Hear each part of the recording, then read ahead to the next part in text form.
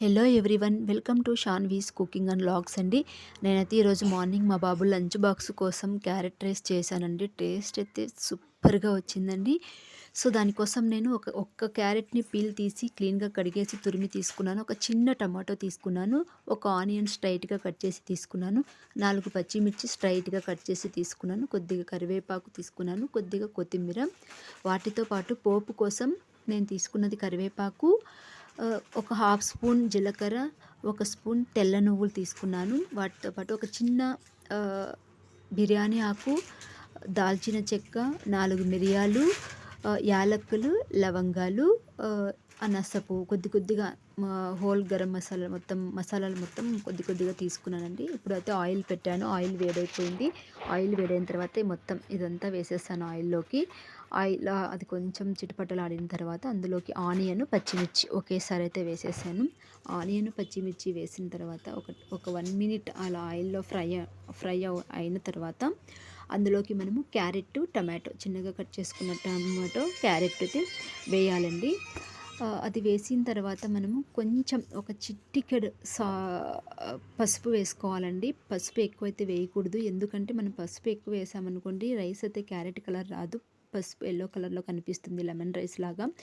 So అందుకని పసుపు చాలా కొద్దిగా వేసుకోవాలి. దాంతోపాటు కొద్దిగా సాల్ట్, ఇవంతా మొత్తం వేసేసుకొని మంచిగా కలిపేసుకొని పోపు మీద ప్లేట్ పెట్టేసుకోవాలండి. అది మంచిగా సిమ్లో పెట్టి ఒక 5 మినిట్స్ మెత్తగా అయిపోతుంది క్యారెట్, టొమాటో అంతాను. మనం ఆల్రెడీ క్యారెట్ తురిమి తీసుకుంటాం కాబట్టి అది చాలా ఇన్స్టెంట్గా తొందరగా చేసుకోవచ్చు. ఒక వితిన్ 1 మినిట్లో అది మెత్తగా అయిపోతుంది. సో అలా ఒక 1 మినిట్ క్యాప్ క్లోజ్ చేసి పెట్టి మరీ ఓపెన్ చేసుకొని మొత్తం అంతా ఇలా ఒకసారి కలుపుకోవాలి. అలా కలుపుకున్న తర్వాత క్యారెట్ మెత్తపడింది, టమాటో మెత్తపడింది అనుకున్నప్పుడు మనం అందులోకి రైస్ వేసుకొని బాగా మంచిగా కలుపుకోవాలి. అలాగే మనము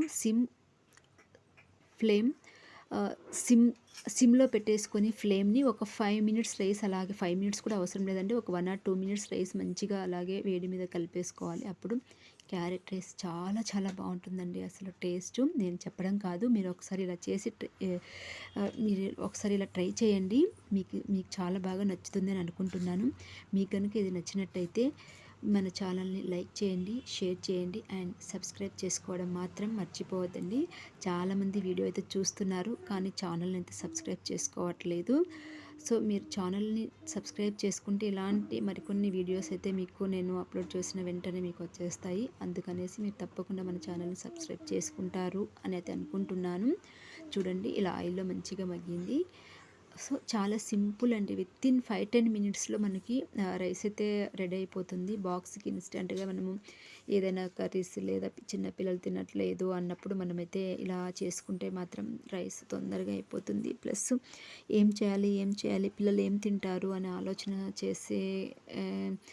చేయాల్సిన అవసరం కూడా ఉండదు. సో ఈవెన్ చిన్నపిల్లలు అంటే మనం మామూలుగా కారం ఎక్కువగా తినరు. ఒక్క పచ్చిమిర్చి యాడ్ చేసినా కూడా అది అడ్జస్ట్ అయిపోతుందండి. నేనైతే మా పిల్లలకి అంతే ఈరోజు 1-2 పచ్చిమిర్చి అయితే వేశాను. నేను 4-5 చెప్పాను కదా, 1-2 వేశాను అనుకుంటున్నారేమో మీరు. నేను కట్ చేసింది అయితే 4 కట్ చేశానండి. కానీ అందులో ఒకటేసి మా పిల్లలకి తయారు చేశాను. సపరేట్గా మేమైతే చేసుకున్నాము. చాలా బాగా వచ్చింది. మీరు కూడా తప్పకుండా ట్రై చేయండి. మీకు కనుక నచ్చినట్టయితే మన ఛానల్ లైక్ చేయండి, షేర్ చేయండి అండ్ సబ్స్క్రైబ్ చేసుకోవడం మాత్రం అస్సలు మర్చిపోవద్దు. చూడండి ఫైనల్గా రైస్ అయితే ఇలా వచ్చింది.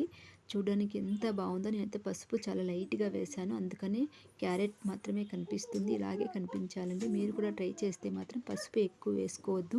పసుపు వేసుకుంటే లెమన్ రైస్ లాగా ఉంటుంది, క్యారెట్ రైస్ లాగా అయితే అస్సలు ఉండదు.